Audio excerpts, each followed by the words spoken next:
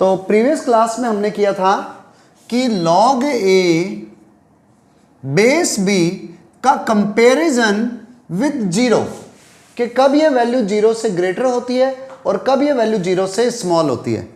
तो अगर आपको ध्यान हो, कल मैंने रूल बताया था कि अगर आपके पास में a एंड b दोनों की वैल्यू ही 1 के सेम साइड होती है, अगर a एंड b बेस का नंबर और ये आपके से लॉग के अंदर वाली वैल्यू अगर दोनों ही 1 से ग्रेटर है तो log a बेस भी पॉजिटिव होता है, या दोनों ही 1 से स्मॉल है तो भी log a बेस भी 1 से ग्रेटर होता है। अब हम बात करते हैं इसकी नेक्स्ट पॉइंट की कि कंपैरिजन विद 1 से कंपेयर करते हैं। तो सबसे पहले मैं log a बेस b का ग्राफ बना रहा हूं when b is smaller than 1, जब बेस की वैल्यू 1 से छोटी है। तो इसका ग्राफ ऐसे बनेगा कुछ लाइक दैट, ये वाली कंडीशन 1,0 से तो पास होगा ही होगा। अब देखो आपको पता है log b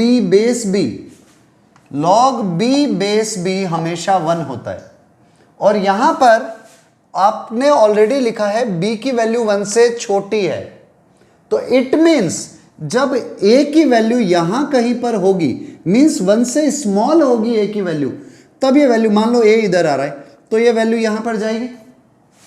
मींस अगर a की वैल्यू और b की वैल्यू सेम आ जाती है किसी जगह पर, मींस जो बेस में नंबर है वो वैल्यू और a की वैल्यू सेम आ जाती है, तो उस केस के अंदर ये वैल्यू a,1 से, या बेस की वैल्यू को या b ले लो, सॉरी b ले लो, तो b,1 से पास होगा। ठीक है, आपको इस चीज को थोड़ा समझना होगा, मैं एक बार रिपीट करता हूं। देखो, क्योंकि log b बेस b 1 होता है, ऐसे log a बेस a 1 होता है। हमसे पूछा हुआ है log a बेस b 1 कब होता है, जब a b के इक्वल हो जाए। तो अगर आपके पास में इस लाइन के ऊपर a की वैल्यू आ रही है, अगर a और b सेम हो गए, जब a की वैल्यू b के इक्वल होगी तो ये वैल्यू 1 आ जाएगी। अब अगर आप इससे आगे बढ़ते हो, देखो टारगेट क्या है, log a बेस b 1 से बड़ा कब होगा, ये रहा, यहां पर 1 है, 0,1। तो जब भी आपके पास में a की वैल्यू b से छोटी है, अगर आप इस ग्राफ पर ध्यान दो तो यहां पर तो a की वैल्यू जो है वो b से ग्रेटर है और इधर a की वैल्यू b से स्मॉल है। तो अगर when a is less than b, अगर a b से स्मॉल होता है तो उस केस के अंदर जो ग्राफ है वो 1 से ऊपर ऊपर जा रहा है, तो ग्राफ 1 से ऊपर ऊपर जाएगा। मींस अगर आपके पास में when b is less than 1, b जब 1 से छोटा है और a भी जब b से छोटा है, तो उस केस के अंदर log a बेस b हर हालत में 1 से ग्रेटर होगा। मतलब अगर आपके पास बेस की वैल्यू 1 से छोटी है, ये नॉलेज के लिए रख लो, क्वेश्चन इस पर बेस्ड ज्यादा नहीं आते क्योंकि इतनी डीप स्टडी नहीं करते, मतलब जो ग्राफिकली है वो इतनी डीप स्टडी लेकर के भी IIT के पेपर में क्वेश्चन नहीं देते, फिर भी नॉलेज होनी चाहिए। तो इस पर बेस्ड हम ज्यादा क्वेश्चन भी नहीं करेंगे, इवन तो करेंगे ही नहीं, सिर्फ समझना जरूरी है। तो आपके पास जो पॉइंट आया कि log a बेस b कब स्मॉल होता है, कब ग्रेटर होता है, हमने उसकी बात करी। अगर मैं इसको थोड़ा सा ऊपर लिख देता हूं क्योंकि शायद आपको दिख नहीं रहा होगा, log a base b greater than 1 होगा। एक बार रिपीट करता हूं, दोबारा समझ लो। देखो, जब बेस की वैल्यू 1 से छोटी है तो ग्राफ इस तरह से चलता है, और आपको पता है log a बेस b 1 कब होता है, जब a और b इक्वल हो, तभी 1 होता है। तो मींस a और b इक्वल होने का मतलब है b की वैल्यू तो ऑलरेडी हमने 1 से छोटी ली हुई है, तो अगर b मेरा इस जगह पर है, यानी कि a की वैल्यू यहां पर b के इक्वल आई है, तो इस जगह पर वैल्यू आ जाएगी, a को b रखते ही 1 आ गई, तो b,1 यानी कि इस सिद्ध में 1 है। इससे छोटी मैं कोई भी वैल्यू लेता हूं तो देखो मेरा ग्राफ 1 से ऊपर ऊपर बनेगा। मींस अगर ए बी से स्मॉल है तो ग्राफ 1 से ग्रेटर होगा, यानी कि अगर आप इसको एक स्टैंडर्ड पॉइंट की फॉर्म में लिखते हो ना तो ये रूल बनेगा, बी 1 से स्मॉल है और ए बी से स्मॉल है, देन लॉग ए बेस बी 1 से ग्रेटर होगा। ठीक है, पहले आप इस ग्राफ के लिए पॉइंट नोट कर लो। तो हमारे पास में एक रिजल्ट तो ये आ गया, फर्स्ट रिजल्ट, कि अगर बेस की वैल्यू 1 से स्मॉल है और ए की वैल्यू बी से स्मॉल है तो उस केस के अंदर श्योर हो गया लॉग ए बेस बी 1 से बड़ा होगा। अब मैं केस नंबर 2 लेता हूं। जब b की वैल्यू 1 से बड़ी है, when b is greater than 1, तो मैं log a बेस b का ग्राफ प्लॉट करता हूं।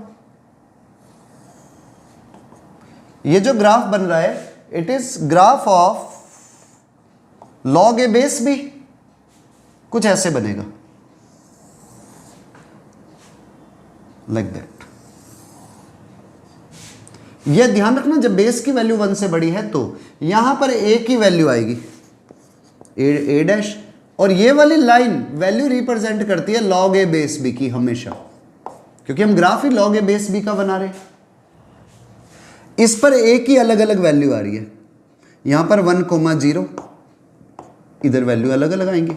अब कहीं ना कहीं तो यहां पर ये वाली वैल्यू 1 होगी, जिस जगह पर ये वैल्यू 1 होगी, क्योंकि आपने फिर वही rule log a log b base b 1 होता है कब, जब b की वैल्यू ऑलरेडी 1 से बड़ी है तो b कहीं यहां पर होगा, मींस a की वैल्यू b के इक्वल यहां पर आ रही है। तो इस केस के अंदर जब a b के इक्वल है तो हमारे पास में पॉइंट आ रहा है b, 1। पिछले वाला ग्राफ ऐसे था तो पॉइंट b, 1 यहां कहीं पर था। अब ग्राफ ऐसे है तो पॉइंट b, 1 यहां पर है, क्योंकि b ऑलरेडी 1 से ग्रेटर है। b जब 1 से ग्रेटर है तो ग्राफ ऐसे बनेगा, जब बेस की वैल्यू 1 से बड़ी है तो ग्राफ ऐसे बनेगा, इसलिए हमारा पॉइंट इधर आ गया। अब बात आई b1। अब मैं जैसे ही इससे आगे बढ़ता हूं, मैं जैसे ही इससे आगे चलता हूं, मेरा ग्राफ 1 से ऊपर चला जाता है। मैं जैसे ही a की वैल्यू b के इक्वल है, तब तो दोनों इक्वल है, और जैसे ही a की वैल्यू b से ग्रेटर हुई, ग्राफ में आगे चले तो वैल्यू 1 से ग्रेटर हो गई। तो इट मीन्स, यानी कि यहां पर वैल्यू 1 से ग्रेटर कब हो रही है, when a is greater than b, और b मैंने अभी अभी पढ़ा है 1 से ग्रेटर है। तो सेकंड केस में क्या आ जाएगा, अगर a की, तो इससे हमारे पास में रिजल्ट आ गया कि a की वैल्यू b से ग्रेटर होगी और b की वैल्यू 1 से ग्रेटर होगी, तो log a बेस b 1 से ग्रेटर होगा। मींस इस log a बेस b के लिए हमारे पास में 2 केस आए। 2 केस क्या थे, अगर बेस की वैल्यू 1 से छोटी है तो a अगर उस b से भी छोटा हो जाए तो log a बेस b 1 से बड़ा होगा, और अगर b बेस की वैल्यू 1 से बड़ी है तो a इस b से भी ग्रेटर हो जाए तो log a बेस b 1 से ग्रेटर होगा। बाकी के केसेस में log a बेस b 1 से स्मॉल ही होगा, log a बेस b 1 से स्मॉल ही होगा। अब मैं जैसे कुछ एग्जांपल्स लेता हूं, ठीक है, मैं एक बार इस वाले केस को रब कर देता हूं और फिर एग्जांपल्स लेता हूं। अगर आपने ग्राफ नोट नहीं किया था तो आप पहले ग्राफ नोट कर लो। अब हम कुछ क्वेश्चंस करते हैं, ठीक है, इस केस 2 को भी हटाता हूं क्योंकि दोनों पॉइंट हमने लिख दिए। जैसे मेरा फर्स्ट पॉइंट है, फर्स्ट पॉइंट मैंने पूछा log 5 बेस 4 क्या होगा, 1 से ग्रेटर होगा या 1 से स्मॉलर होगा। तो देखो सीधी सी बात है, इधर वैल्यू 5 है, इधर वैल्यू 4 है। अब बेस की वैल्यू 1 से बड़ी है, बेस की वैल्यू 1 से ग्रेटर है, तो ये जो ऊपर नंबर हो इसे भी 1 से ग्रेटर होना पड़ेगा, तो ये भी इससे भी ग्रेटर होना पड़ेगा। तो it means 5 is greater than 4 and 4 is greater than 1, तो ये वाली वैल्यू क्या हो जाएगी, 1 से बड़ी होगी। सीधा सा रूल। ऐसे नंबर 2, अगर आप कोई और नंबर लिखते हो log 4 बेस 5, अब देखो बेस का नंबर जो 5 है वो 1 से बड़ा है, लेकिन जो अंदर वैल्यू है वो इस 5 से स्मॉल है, तो इसलिए ये वाली वैल्यू 1 से छोटी होगी। पॉजिटिव नेगेटिव तो बाद की कंडीशन है, ये वैल्यू 1 से छोटी होगी। ठीक है, ऐसे नंबर 3 आप नंबर अपने हिसाब से कैलकुलेट कर सकते हो। मैंने नंबर लिया log 7 बेस 20, यहां पर क्या हुआ 20 जो है वो ग्रेटर देन 1 है, लेकिन ये वाली वैल्यू 7 ये लेस देन 20 है, तो ये भी लेस देन 1 होगा। नंबर 4th केस log 0.7 और इधर है 0.9। अब देखो 0.7 जो है वो 1 से स्मॉल है, तो यहां वाला नंबर जो है 0.9 वो 0.7 से ग्रेटर है। तो आपका तो सीक्वेंस एक ही डायरेक्शन में जाना चाहिए, आप तो ये याद रख लो। देखो 1 बी से ग्रेटर है, बी ए से ग्रेटर है, तो 1 से ग्रेटर होगा। ए बी से ग्रेटर है, बी 1 से ग्रेटर है, तो log ए बेस भी 1 से ग्रेटर होगा। तो यहां पर अब उल्टा हो गया, 1 0.7 से बड़ा है और 0.9 0.7 से बड़ा है, तो ये वाली वैल्यू होगी फिर से 1 से स्मॉल। ऐसे ही और एग्जांपल ले सकते हो, आपको बस पहचान होनी चाहिए। log बेस में है 0.3 पर बार और इधर मैंने लिख दिया 0.3। अब देखो अब केस क्या हुआ, उधर भी 0.3 इधर 0.3 पर बार है, तो अगर आप ध्यान दो तो 0.3 जो है बार वो 1 से स्मॉल है, लेकिन 0.3 बार जो है वो 1 से स्मॉल है और 0.3 से भी ग्रेटर है। यानी कि अब ये जो सीक्वेंस चल रहा है ये सही सीक्वेंस हो गया। बेस की वैल्यू 1 से स्मॉल है और जो ए है वो इससे भी स्मॉल है, तो इसलिए ये वाली वैल्यू ग्रेटर देन 1 होगी। क्यों? क्योंकि 0.3 का बार होता है 3 3 3 3 3 3। ठीक है, तो आपको मेरे हिसाब से बेसिक रूल समझ में आ गया होगा। देखो अब हम लॉग टेबल के थ्रू या लॉग की वैल्यू निकालते कैसे हैं। अभी तक जो हम नंबर्स को सॉल्व कर रहे थे ना, log 3 बेस 4, log 2 बेस 3, ये सारी वैल्यूज हमने अभी तक कोई वैल्यू नहीं निकाली, सिर्फ ये बताया 1 से ग्रेटर है या 1 से स्मॉल है, 0 से ग्रेटर है या 0 से स्मॉल है। अभी तक हम इन्हीं चीजों पर चले हैं, हमने कहीं पर भी ये नहीं बताया कि वैल्यू आएगी क्या। तो अब हम उसके बारे में थोड़ी सी बात करेंगे, लेकिन उससे पहले एक पॉइंट और समझते हैं। देखो मान लो मुझसे कोई कहता है सर log 100 बेस 10 क्या होगा, तो मेरा आंसर आएगा 2। क्यों? क्योंकि log 100 बेस 10 अब मैं निकालूंगा कैसे, log 10 का स्क्वायर बेस 10, ये जो पावर 2 है यहां आकर के मल्टीप्लाई हो जाएगी, तो it will become 2 log 10 base 10 यानी कि 2। ऐसे ही मुझसे कोई और पूछता है कि सर log 1000 क्या होगा बेस 10, तो मैं कहूंगा 1000 का मतलब हो गया 10 का क्यूब बेस 10, तो ये जो पावर 3 आकर के मल्टीप्लाई होगी, तो ये आ गया 3 इंटू log 10 बेस 10 यानी कि इट इज इक्वल टू 3। तो इसका सीधा सा मीनिंग क्या आया कि log 100 बेस 10 की वैल्यू आई है 2 एंड log 1000 बेस 10 की वैल्यू आई है 3। तो अब अगर मैं सिंपल ग्राफ बनाता हूं तो मेरे पास में log 10 बेस, जब बेस में 10 हो ग्राफ कुछ ऐसे बनने वाला था, तो मैंने यहां पर देखा भाई 1 पर तो 0 हो जाएगा 1,0, फिर 10 पर क्या होगा 1, 10 पर मेरे पास जो वैल्यू आएगी, वेट मैं इसको थोड़ा सा नीचे की तरफ ले आता हूं, जो मेरा ग्राफ है वो 1,0 होगा। देखो इसका ग्राफ ऐसे बनेगा, तो मैंने कहा 1,0, 10 पर मेरे पास वैल्यू आएगी 1 और 100 पर मेरे पास वैल्यू आएगी, वैसे तो गैप बहुत ज़्यादा होगा, 100 पर मेरे पास में वैल्यू आएगी 2 और जब मैं 1000 पर पहुंचूंगा तब मेरे पास में वैल्यू आने वाली है 3। तो जो बीच के नंबर है, मैं 2 से 3 तक जा रहा हूं यहां पर, तो अगर मेरे पास यहां पर वैल्यू आ रही है 10,2 और यहां पर मेरे पास में वैल्यू आ रही है 1000,3, तो 10 से लेकर 1000 के बीच में जितने भी नंबर हैं उन सारे नंबर्स पर मेरे पास में जो वैल्यू होगी वो 2 और 3 के बीच में होगी। ना तो वो 2 के इक्वल होगी और ना ही वो 3 के इक्वल होगी।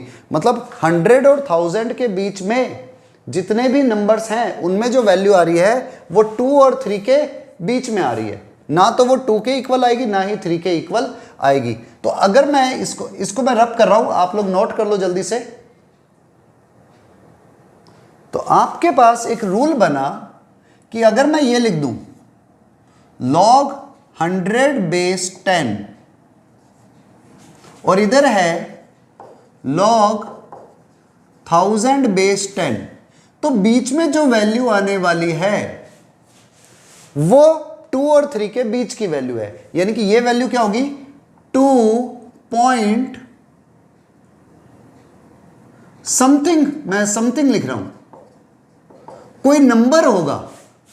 सिर्फ 2 नहीं आएगा, 2 पॉइंट कोई नंबर आएगा, 2.1 हो, भले 2.00793 हो या 2.816 हो, कुछ भी हो, वो 100 और 1000 के बीच में जब आप ले रहे हो log बेस में 10 तब ये वैल्यू आएगी। तो एक श्योरिटी मुझे ये मिली कि मेरा जो आंसर है वो 2 नहीं आने वाला, वो क्या आने वाला है 2 पॉइंट समथिंग आएगा। मैं इसको और सही लिखूं तो इसको ऐसे लिख सकता हूं 10 का स्क्वायर, यहां पर आ रहा है 2 पॉइंट समथिंग,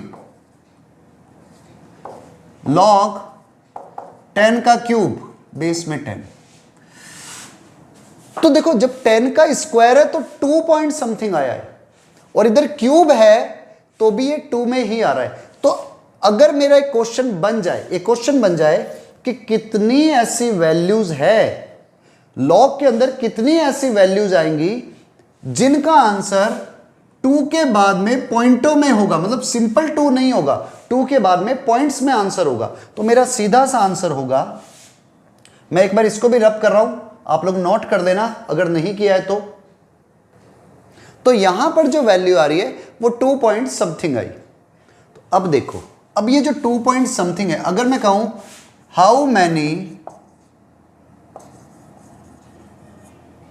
वैल्यूज विद या values of log with base 10 have decimal part with integral part as 2। ऐसे कितने नंबर होंगे लॉग वाले जिनके बेस में 10 होगा, उसका डेसिमल पार्ट मिलेगा आपको जिसका इंटीग्रल पार्ट 2 है। तो हमारा आंसर आएगा, देखो यहां पर नंबर थे 1000 और यहां पर नंबर थे 100, तो मैं लिखूंगा आंसर इज 1000 माइनस 100। पर 1000 में से 100 माइनस करते हो ना तो आपका नंबर आता है 900। अब सुनो, इसमें खास चीज क्या हो जाती है, 1000 माइनस 100 किया ना तो 100 नंबर हट जाते हैं, बचे हुए 900 नंबर रहते हैं, उसमें ये नंबर भी रह जाता है। अब इस नंबर के रहते ही क्या हो गया, आंसर तो 3 है, वो 2 पॉइंटों में तो नहीं आया, तो इसलिए आपको इसमें से 1 नंबर और माइनस करना पड़ेगा। तो 1000 minus 100 minus 1 means 990 minus 1 means 899 is the answer. 899 is the answer. अगर आप पॉइंट्स के अंदर बात करते हो ना तो कितने ऐसे नंबर होंगे जब बेस 10 होगा तो आंसर 2 पॉइंट समथिंग आएगा, तो आंसर इज 899। ठीक है, आप एक बार नोट करो, फिर मैं इसका फार्मूला बना दूंगा। इसमें मैंने लिखा था ना, how many values of log with base 10 having decimal part with integral part as 2 where log a base b में बेस 10 में a इज द इंटीजर। यहां पर a को इंटीजर होना जरूरी है, नहीं तो आप भी कहोगे सर 100.1 100.2 100.3 0.007 0.009 वो सारे भी नंबर आएंगे, तो हम इंटीजर वैल्यू की बात कर रहे हैं, वो भी कौन से, पॉजिटिव इंटीजर। ठीक है, तो ये जो आंसर है ये पॉजिटिव इंटीजर्स के लिए आ रहा है कि बीच में इतने पॉजिटिव इंटीजर होंगे जिसका आंसर 2 पॉइंट कोई डेसिमल पार्ट आ रहा होगा। अब डेसिमल पार्ट का मतलब 0 से नहीं है, ठीक है, इस वीडियो को दोबारा जरूर देखना। अब देखो इससे हम एक रूल बनाते हैं, ठीक है, ये क्वेश्चन तो मेरा 2 के लिए चल गया। अगर मैं यही क्वेश्चन कुछ इस तरह से ले लूं,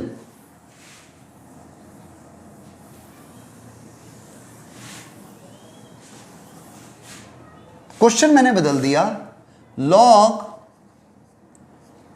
बेस में मान लो b है, ठीक है, और इधर भी लॉग के बेस में b है, तो ऊपर जो नंबर होगा वो b की पावर कुछ अल्फा होगा, तभी तो इसका आंसर आएगा अल्फा, क्योंकि लॉग भी बेस भी। और ये जो यहां पर नंबर होगा ये b की पावर अल्फा प्लस 1 है, b की पावर अल्फा प्लस 1 है, तो इसकी वैल्यू तो आने वाली है अल्फा और इसकी वैल्यू आने वाली है अल्फा प्लस 1। जैसे उस टाइम पर आई थी ना 2 और इधर आई थी 3। अब मैं पूछता हूं बीच में कितने नंबर ऐसे हैं जिनकी वैल्यू b पॉइंट आएगी, b.1, b.2, b.3, वो ऐसे कितने नंबर होंगे। तो अभी हमने क्या किया था, अभी हमने रूल ये निकाला था, इस वाले नंबर में से इस नंबर को माइनस कर दिया था। तो answer is with decimal part.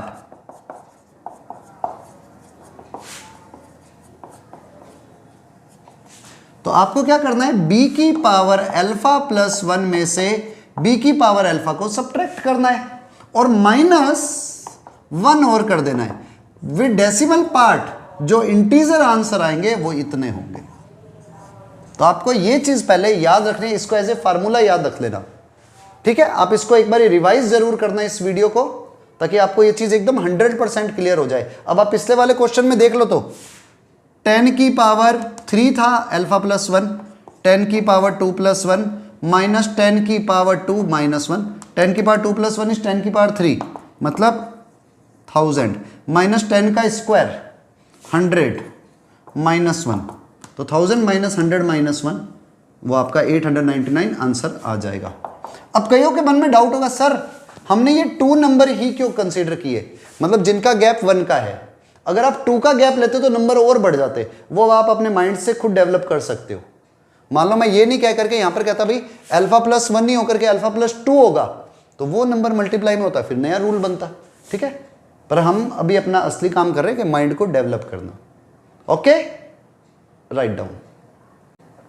तो अब हमें लॉग की एक्स्ट्रा वैल्यू देखने के लिए कि लॉग के अंदर पॉइंट्स में भी वैल्यू आती है, डेसिमल वाली वैल्यूज कैसे निकालते हैं, उसके लिए हमें 2 फंक्शन समझने हैं। पहले 2 इंपॉर्टेंट फंक्शन है। Number 1 is greatest integer function, greatest integer function, जिसको ऐसे रिप्रेजेंट किया जाता है दोनों तरफ से बॉक्स लगा करके। इसका मतलब क्या है कि अगर इफ x इज इंटीजर तब तो आपको वही लिखना है, जैसे 4 है तो आपको 4 ही लिखना है, 9 है तो आपको 9 ही लिखना है, 2.8 सॉरी -2 है तो आपको -2 ही लिखना है, 13 है भले ही माइनस का हो तो आपको -13 ही लेना है, और 0 है तो आपको 0 ही लिखना है। मीन्स अगर इसके अंदर इंटीजर वैल्यू है तो आपको इंटीजर ही लिखना होता है। बट अगर if x is not integer, अगर x इंटीजर नहीं है तो greatest integer just before x, x से सब जस्ट छोटा सबसे बड़ा इंटीजर, x से जस्ट पहले वाला सबसे बड़ा इंटीजर आपको लिखना है। वैसे अगर मैं सिर्फ लिख देता ना integer value just before x तो भी राइट होती। मतलब यूं समझो जैसे 4.9 है तो 4.9 से पहले इंटीजर कौन आता है, 4। 2.87 है तो 2.87 से पहले इंटीजर कौन आता है, 2। 1.35 है माइनस का, तो माइनस 1.35 से पहले इंटीजर कौन आता है? It is -2। बहुत सारे लोग कंफ्यूज हो जाते हैं कि सर ये 2 आया है तो 2 लिख रहे हैं, 4.9 है तो 4 लिख रहे हैं, क्योंकि नंबर लाइन के ऊपर जब आप देखते हो 0 1 2 3 -1 -2, हमने 2.87 लिया तो 2.87 इधर आता है कहीं ना कहीं, और इससे जस्ट पहले इंटीजर आता है यहां पर 2। -1.35 यहां कहीं पर आएगा, उससे पहले इंटीजर आएगा -2। 0.32 यहां आता है तो उससे पहले वाला इंटीजर 0 है, तो इसलिए 0 आ गया। माइनस का 0.59, अब देखो 0.59 माइनस का इस तरफ आएंगे तो उससे पहले इंटीजर कौन आ रहा है? -1। तो ग्रेटेस्ट इंटीजर फंक्शन ये होता है कि अगर उसमें इंटीजर वैल्यू आ रही है सीधा ही, तब तो आप वही वैल्यू लिखोगे, लेकिन अगर इंटीजर वैल्यू नहीं आ रही है तो उससे जस्ट पहले वाली इंटीजर वैल्यू लिखी जाएगी। ठीक है, पहले आप इस फंक्शन को थोड़ा सा समझ लेना, नोट कर लो। एंड नंबर 2 आता है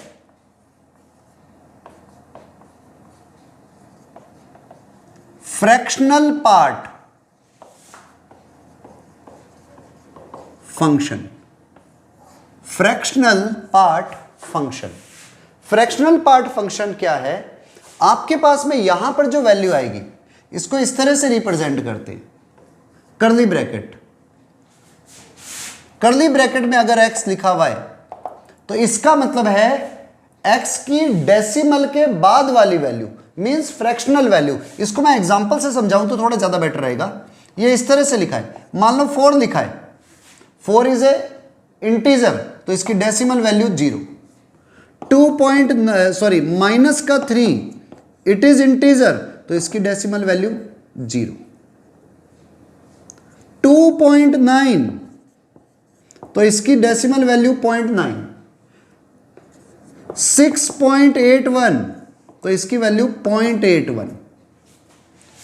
5.389 तो 0.389। अभी तक का ध्यान रखना, सारे नंबर जो मैं आगे ले रहा हूं वो पॉजिटिव नंबर ही लिख रहा हूं पॉइंटों वाले, पर जैसे ही मैंने यहां पर नंबर लिखा 3.52 विद माइनस साइन, जब कभी भी नंबर नेगेटिव हो तो ये नहीं कि आप ये वाली वैल्यू उठा करके रख दोगे, आपको क्या करना होगा, आपको वैल्यू लिखनी होगी 1 माइनस 0.52। जो नंबर है ना वो 1 में से माइनस कर दो तो वैल्यू क्या आई? 0.48। इस कंसेप्ट को आपको याद रखना पड़ेगा। ये फंक्शन चैप्टर जब आएगा ना वहां पर हम पूरा डिटेल में करते हैं इसको, लेकिन अभी समझने के लिए जो है वो यही है। नेक्स्ट आया, मान लो मेरे पास में माइनस का 1.8 तो इसकी वैल्यू क्या होगी? 1 माइनस 0.8 यानी कि 0.2। तो अब आप देखो, ये मत सोचना कि माइनस का 1.8 है तो 0.8 लिखेंगे, नो, 1 में से ये 0.8 को माइनस कर दो। तो याद रखना, आपके लिए रूल इंपॉर्टेंट है कि अगर इसमें इंटीजर आएगा जब तो वही नंबर लिख दिया जाएगा, और अगर इंटीजर नहीं है तो देखना पॉजिटिव है या नेगेटिव। जैसे 6.81 है तो 0.81, 2.9 है तो 0.9, 5.389 है तो 0.389, माइनस 3.52 है तो माइनस नंबर देखते ही 1 में से इसकी डेसिमल वैल्यू को सब्ट्रैक्ट कर देना। माइनस 1.8 है तो 1 में से इसकी डेसिमल वैल्यू को सब्ट्रैक्ट कर देना। यह हमारा बड़ा सिंपल सा रूल है, ठीक है, आप इसे नोट कर लो। अब मैथ्स का एक बेसिक सा रूल कि आपके पास कोई भी नंबर है x is equal to greatest integer function plus fractional part function के इक्वल होता है। आपका कोई भी नंबर x है वो उसके ग्रेटेस्ट इंटीजर फंक्शन और फ्रैक्शनल पार्ट फंक्शन का एडिशन होता है, जिसमें ग्रेटेस्ट इंटीजर फंक्शन तो आपके पास हमेशा इंटीजर वैल्यू देगा और फ्रैक्शनल पार्ट फंक्शन आपको हमेशा फ्रैक्शनल वैल्यू देगा। कैसे, इसको एक एग्जांपल से समझते हैं। मान लो मैं लिखता हूं 2.8, तो जब आप यहां लिखते हो 2.8 प्लस 2.8 का फ्रैक्शनल पार्ट, तो 2.8 का फ्रैक्शनल पार्ट होता है 2 और 2.8 का इंटीजर पार्ट होता है 2 और 2.8 का फ्रैक्शनल पार्ट हो जाता है 0.8, तो देखो 2 प्लस 0.8 2.8 इक्वल। ऐसे एक और एग्जांपल 4.97, तो it can be written as 4.97 plus fractional part of 4.97। तो 4.97 को क्या लिखोगे 4, इधर 0.97, तो अगेन 4.97। और ऐसे ही नेक्स्ट एक नेगेटिव नंबर ले लेता हूं, माइनस का 3.25, तो इसे मैं लिखूंगा -3.25 की इंटीजर वैल्यू प्लस -3.25 की फ्रैक्शनल वैल्यू। -3.25 की इंटीजर वैल्यू आ रही है -4, अगर आपने प्रीवियस वाले को ढंग से किया हो तो, प्लस माइनस के 3.25 की integer value, sorry fractional value. तो आपको याद होगा हम इसे क्या करते हैं 1 में से माइनस कर देते हैं 0.25 को, सॉरी 0.25 को, तो ये आ जाएगी -4 प्लस माइनस का सॉरी प्लस 0.75, -4 प्लस 0.75। आप जैसे इन दोनों को फिर से कंबाइंड करोगे ये बनेगा -3.25। तो आपको इस चीज को समझना जरूरी है कि कोई भी नंबर होगा वो इंटीजर पार्ट और फ्रैक्शनल पार्ट का एडिशन होता है। जो अभी हम लॉग में करेंगे ना, तो इस वैल्यू को तो हम कहेंगे कैरेक्टरिस्टिक और इस वैल्यू को हम कहेंगे मैंटिसा। ठीक है, ये मैं आने वाली क्लासेस में करवाऊंगा, पर अभी आपको इतना हिंट दे रहा हूं कि कोई भी नंबर है वो 2 नंबर का एडिशन है, 1 is integral part and second is fractional part. Okay, write down.